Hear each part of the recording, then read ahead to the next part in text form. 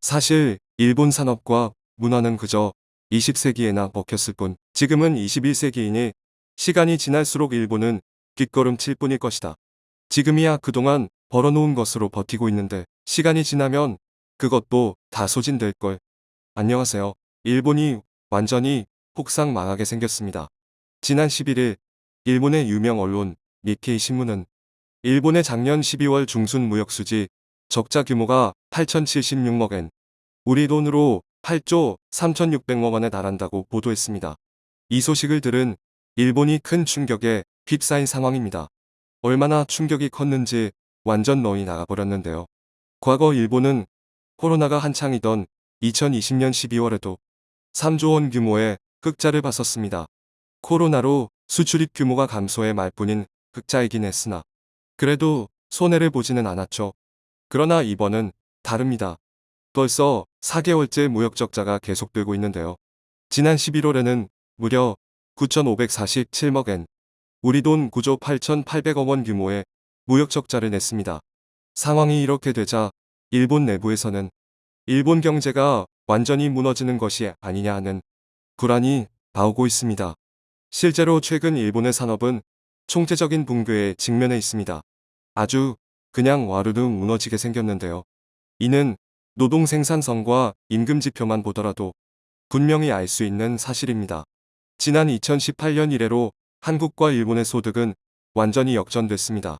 지난 2020년 12월 20일 일본 생산성 본부에 따르면 2020년 한국의 PPP 기준 1인당 GDP는 43,319달러로 OECD 38개국 중 19위에 올랐습니다. 반면 일본은 41,175달러로 23위에 그쳤습니다. 그런데 이는 사실 어느 정도 예견된 일입니다. 일본의 노동 생산성이 계속 제자리 걸음 중이기 때문입니다. 노동 생산성은 인력 교육, 업무 시스템, 장비 교체 등에 따라 개선될 수 있는 수치로 적은 시간이라더라도 양질의 제품을 얼마나 생산할 수 있는지를 쉽게 파악할 수 있는 지표입니다. 국가의 경쟁력을 파악할 때 가장 명확한 지표라고 할 수 있는데요. 하지만 일본은 2018년 이후 한 차례도 노동 생산성에서 한국을 이기지 못했습니다. 그나마 사정이 낫다던 자동차 제조업의 생산성조차 계속해서 추락하고 있으며 몰락하는 일본 경제를 지탱해주는 헐이라고 평가받던 중소기업들은 아예 2003년 이래 생산성이 개선되지 않고 있습니다.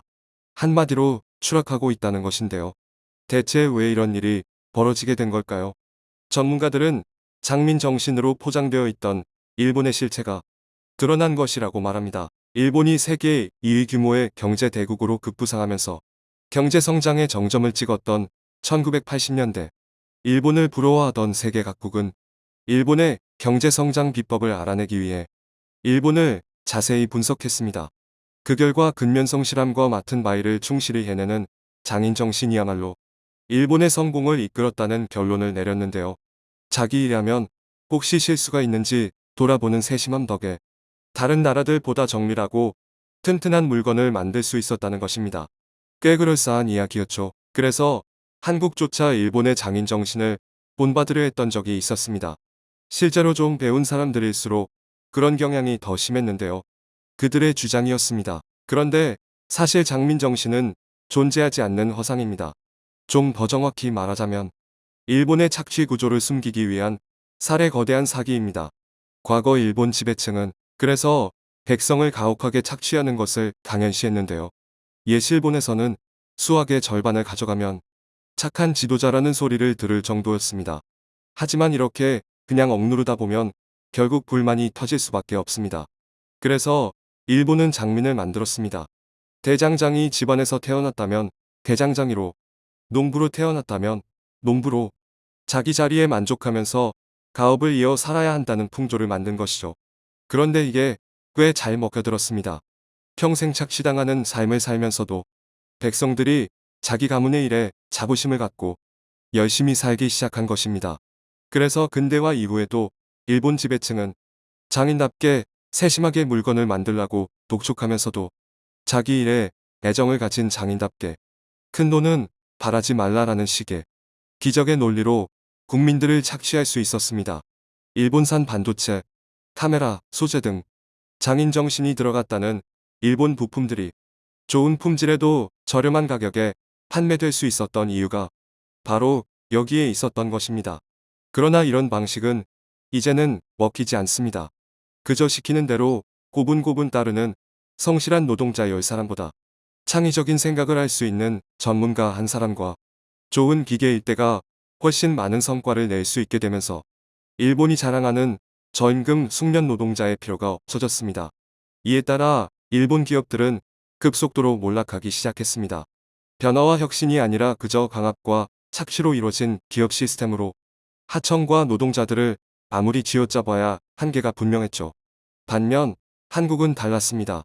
빨리빨리를 좋아하는 민족답게 일본보다 먼저 PC 보급과 인터넷 보급을 달성하더니 정부 시스템을 순식간에 전산화하고 국가 자체의 체질을 디지털화 해버렸습니다.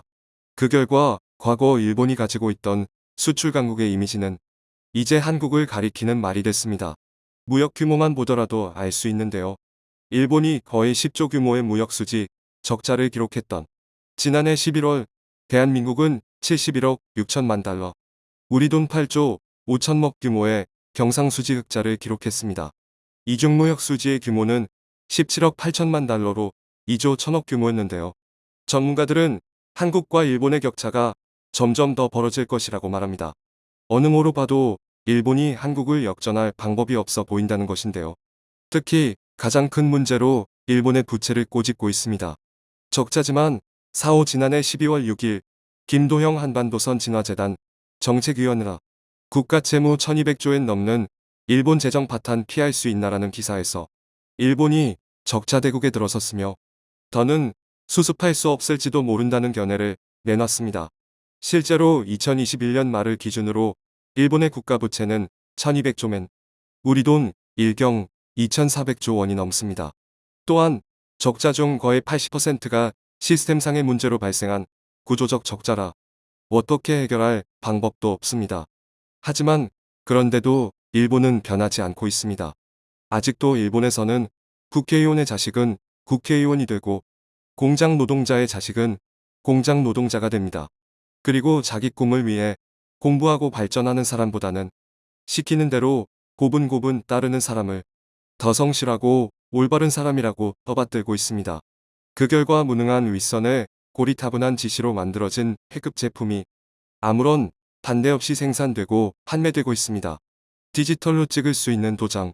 한국에서는 월드컵이 한창이던 2002년에 났었을 것 같은 2022년형 피처폰 같은 기괴하고 답도 없는 제품들이 좋은 증거입니다. 일본인들조차 필요 없는 기능, 기괴한 디자인, 떨어지는 성능의 가격까지 비싼 쓰레기들이라며 이런 폐물로는 세계 시장에서 경쟁할 수 없다며 한탄하고 있을 정도인데요. 하지만 일본의 상황은 나아지기는커녕 하루가 다르게 심각해지고 있습니다. 이제는 심지어 국가방위에 쓰이는 무기까지 엉망으로 생산되고 있는데요. 일례로 일본의 차세대 보병화기 20식 소총은 외산 제품을 모방해 나름 무수한 성능으로 제작되었으나 정당 가격이 300만 원이 넘고 생산량이 불과 한 해 5천 정뿐입니다. 소총 생산 기업인 호화공업이 생산성 개선에 실패해 필요한 수량을 생산할 능력을 잃었기 때문입니다.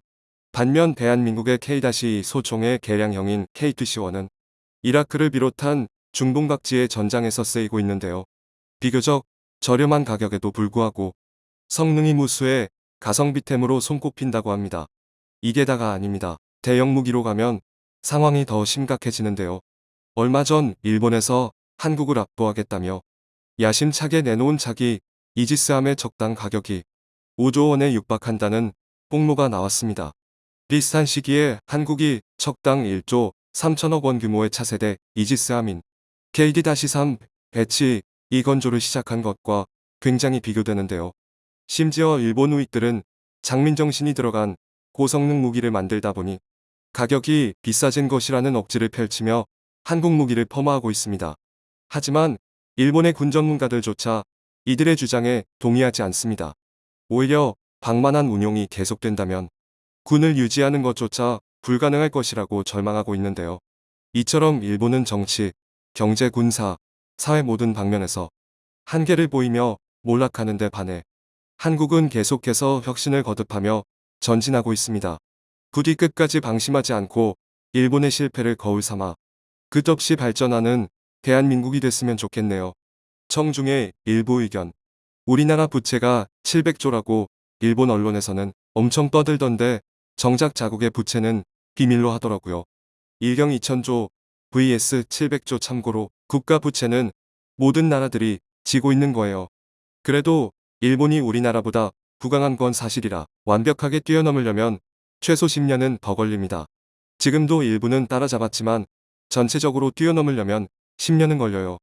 일본은 경제외란을 일으켜 한국의 골탕을 먹여서 정권을 무너지게 하여 한국에 친일매국노 정권이 들어서게 하려고 하더니 이제는 그 죗값을 받아라. 노 재패는 끝까지다. 일본은 빛이 많아 전쟁을 선택할 수밖에 없는 나라입니다. 우리나라가 빨리 자주국방을 이뤄야 합니다. 망해가는 일본이 동해 독도 인근의 해저에서 석유천연가스를 개발하겠다고 도전을 해온 모양이다. 자원 개발로 한국에 전쟁 도발을 하는 모양새다. 이에 대응하는 우리 정부의 태도를 시험해보려는 의도로 보인다. 우리 정부의 대응을 지켜봐야겠다. 일본이 안 망하는 이유. 국민들한테 세금을 더 거둘 것이고 국민들의 자산을 강제로 뺏을 것이기 때문에 망하진 않지만 누구도 살기 싫은 국가가 될 뿐. 시청해주셔서 감사합니다.